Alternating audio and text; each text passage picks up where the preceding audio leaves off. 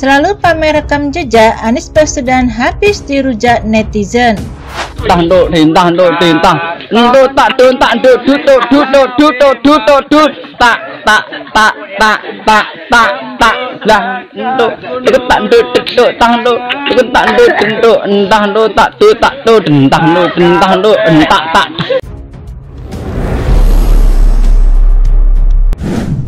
Sering kami katakan, bila ingin melihat apa yang akan dilakukan seseorang ke depan, maka lihatlah rekam jejaknya, karena rekam jejaknya adalah prediktor terbaik untuk masa depan.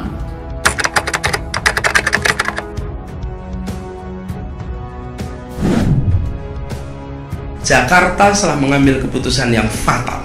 Kenapa? Air itu turun dari langit ke bumi, bukan ke laut. Harusnya dimasukkan ke dalam bumi, masukkan tanah. Pompa kita di Jakarta ini ada lebih dari 450 dan semuanya juga posisi siap nanti ketika air sampai di muara maka siap untuk dipompa ke laut. Dan ini melawan sunatullah. Di seluruh dunia air jatuh itu dimasukkan ke tanah, bukan dialirkan pakai gorong-gorong raksasa ke laut. Itu kita butuhkan untuk bisa memompa dengan cepat air ke laut.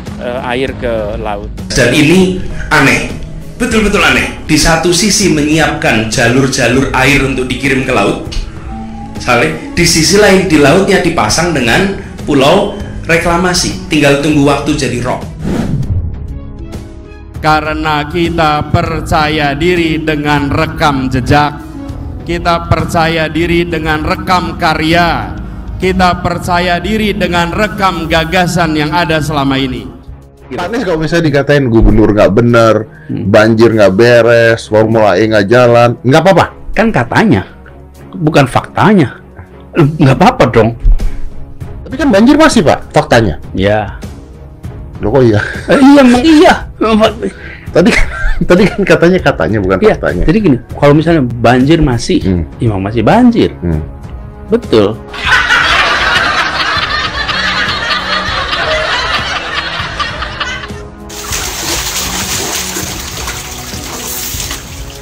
Woi, udah pada berenang belum? Wah, ini air hujan nih lagi turun nih. Nih, kalau air hujan itu di mana-mana turun, itu dimasukkan ke dalam tanah, bukan bikin gorong-gorong dimasukkan ke dalam laut. Di mana-mana di seluruh dunia air hujan itu dimasukkan ke dalam tanah, bukan bikin gorong-gorong yang besar dimasukkan ke dalam laut. Itu ngelawan sunatullah namanya. Kamu ini bisa nyampe basah kayak gini, gimana ceritanya Mas? Tadi saya lagi nyeduh kopi Mas. Terus pas air udah mateng, saya turun ke bawah. Tau-taunya udah sebadan saya aja ini airnya, maka saya ngungsi seperti ini. Oh, makanya jadi kupiuk ya Mas ya? Kupiuk iya, ya? Mas, ya? jadi tolong sampein ke Bapak Anies Baswedan. Tolong ini kalau bisa cepat disurutin, karena barang-barang saya di bawah belum diselamatin. Gimana? Jadi sekarang saya nyelamatin diri aja. Oh, gimana buat keluarga Anda Mas? Keluarga saya udah bawa adik. Keluarga saya nganyut, kekunci di kamar mandi, terus hilang, sedih saya. Sehingga dia pada saat musim hujan, ketika sungai airnya meningkat, didesain untuk menampung luapan air sungai, sehingga parkirnya di dalam taman. Itu pernah Pak komentar, Pak, tamannya banjir. Bukan banjir, itu memang parkir air.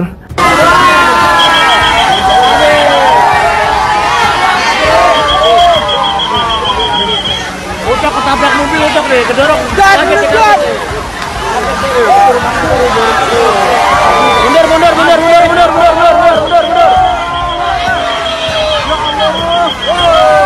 Mundur.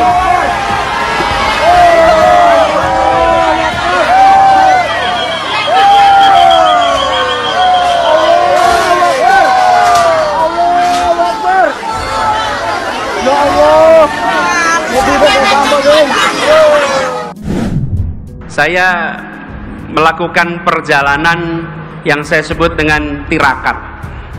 Saya datang ke banyak tempat tanpa kamera, tanpa media, tanpa ditemani siapa-siapa.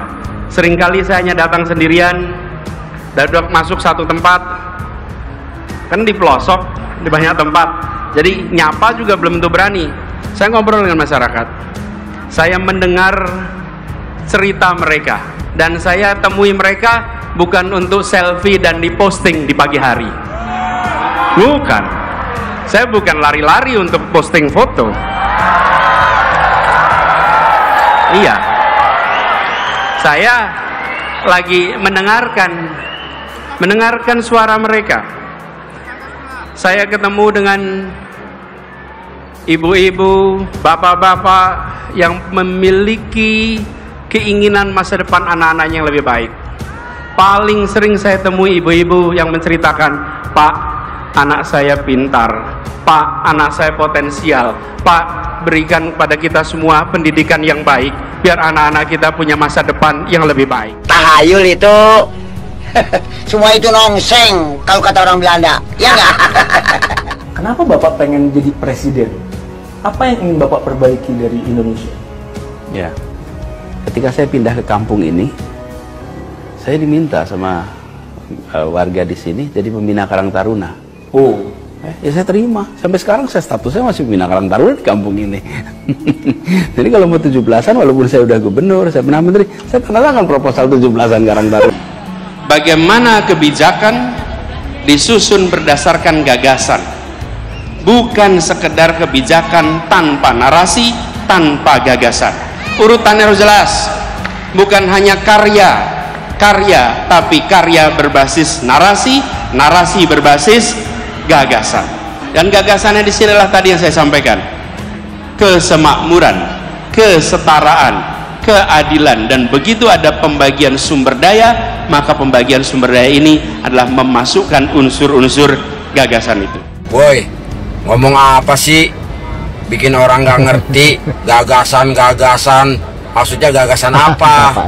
Yang jelas dong kalau ngomong. Menjawab kata-kata dengan kata-kata. Tugas saya sekarang adalah menjawab setiap kata-kata dengan karya-karya.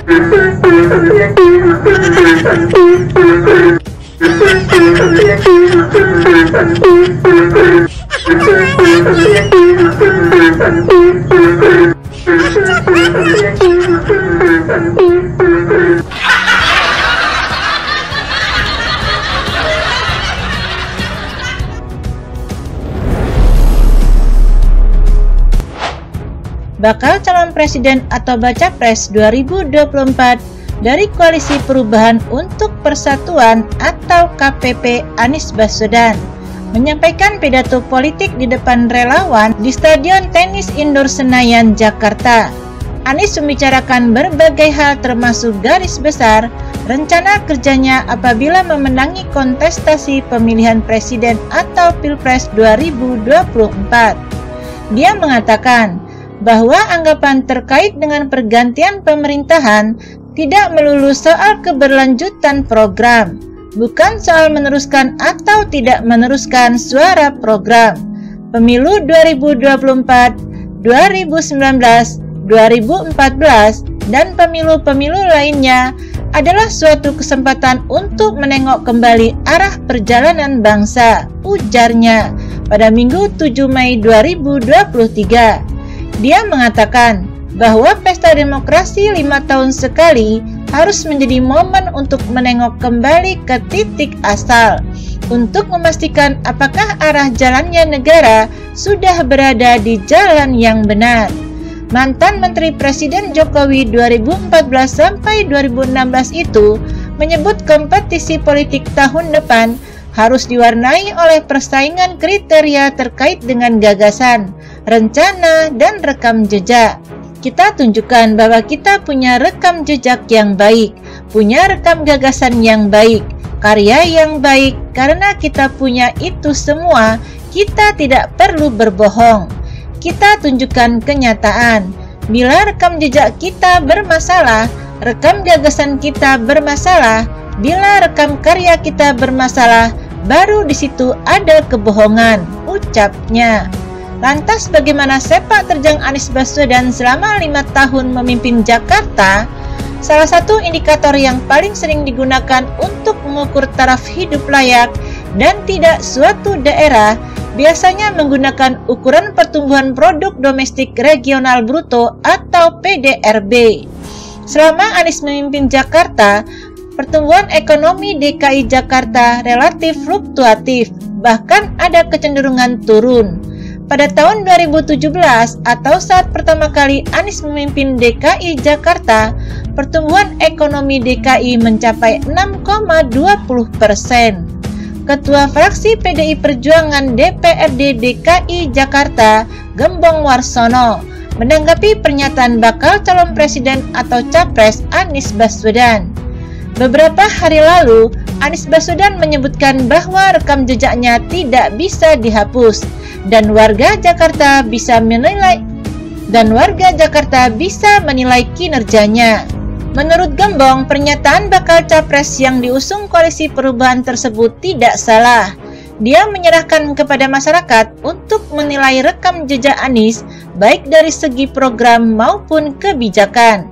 Saya tidak perlu jabarin satu persatu, tetapi saya cuma mengingatkan memori warga Jakarta saja. Apa saja yang sudah dilakukan Pak Anies selama 5 tahun di Jakarta? Apakah sudah betul-betul menunaikan janji ketika kampanye? Ucap Gembong saat dihubungi. Fraksi PDI Perjuangan sendiri, kata Gembong, selalu merilis evaluasi dan refleksi di akhir masa jabatan Anies Baswedan. Refleksi tersebut untuk melihat satu persatu janji kampanye yang telah dikerjakan. Jadi dari situ sudah kelihatan secara gamblang, secara objektif, apa saja yang sudah dikerjakan dan apa saja yang tidak dikerjakan Pak Anies, kata dia. Politikus senior ini memberikan contoh program rumah DP 0 rupiah yang seharusnya untuk rakyat miskin. DP 0 rupiah ditujukan kepada siapa? Ya, memang ditujukan kepada rakyat miskin. Apakah itu bisa diimplementasikan di lapangan? Ternyata sampai hari ini itu kan sulit dilaksanakan, tuturnya. Sebelumnya, mantan Gubernur DKI Jakarta Anies Baswedan menyebutkan bahwa dirinya akan menjual rekam jejak kinerjanya di ibu kota dalam kontestasi Pilpres 2024. Saya rasa rekam jejak itu tidak bisa dihapus. Rekam saya itu ada di sini dan saya rasa rakyat Jakarta juga bisa menilai, ucap Anies Baswedan seusai pidato politik di Istora Senayan, Jakarta Pusat. Pengamat kebijakan publik Sugianto mengatakan, Gubernur Anies Baswedan gagal memimpin Jakarta dalam 5 tahun. Dia menjelaskan dengan total APBD berkisar 395,74 triliun rupiah tersebut, seharusnya Gubernur Anies Baswedan dapat meningkatkan indeks kebahagiaan Provinsi DKI Jakarta. Artinya, tingkat kebahagiaan masyarakat Jakarta juga harus ikut naik. Faktanya, indeks kebahagiaan Jakarta pada tahun 2021 berada pada tingkat ke-8 terendah dengan skor hanya 70,68. Angka skor kebahagiaan Provinsi DKI Jakarta 70,68 ini menurun 0,65 poin dibandingkan dengan skor tahun 2017 yakni 71,33. Informasi data tersebut di atas didapat dari laman resmi BPS. Indeks tentang kebahagiaan daerah provinsi ini diukur menggunakan 3 dimensi. Dimensi pertama diukur berdasarkan kepuasan hidup warga atau life satisfaction, perasaan atau efek, dan makna hidup atau eudaimonia. Memperhatikan skor angka indeks kebahagiaan DKI Jakarta yang hanya 70,68, maka hal ini dapat dianggap sebagai wujud kegagalan Gubernur Anies dalam membahagiakan warganya, ujar Sugianto dalam keterangan Jumat 14 Oktober. Menurut dia, jargon Anies maju kotanya, bahagia warganya menjadi sia-sia atau tak berguna alias gagal total. Selain itu, Gubernur Anies juga gagal mengatasi banjir, kemacetan, dan sampah di Jakarta. Padahal tempat pengelolaan sampah modern atau Intermediate Treatment Facility atau ITF, sedangkan program ITF sudah disusun saat era Gubernur Fauzi Bowo atau Foke. Bahkan, Gubernur Anies juga telah melakukan groundbreaking ITF Center pada 20 Desember 2018. Tetapi sampai saat ini, ITF belum terwujud. Kegagalan lain Gubernur Anies yakni program rumah DP 0%.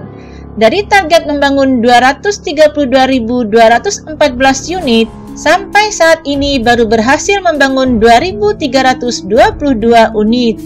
Hal ini menjadi fatal lantaran Perda Rencana Pembangunan Jangka Menengah Daerah atau RPJMD 2017 sampai 2022 yang berkaitan dengan program rumah DP 0% juga belum direvisi. Beberapa uraian tentang kegagalan Gubernur Anies di atas kiranya cukup dijadikan dasar untuk mempertanyakan penggunaan duit rakyat berkisar 395,74 triliun tersebut, pungkas Sugianto.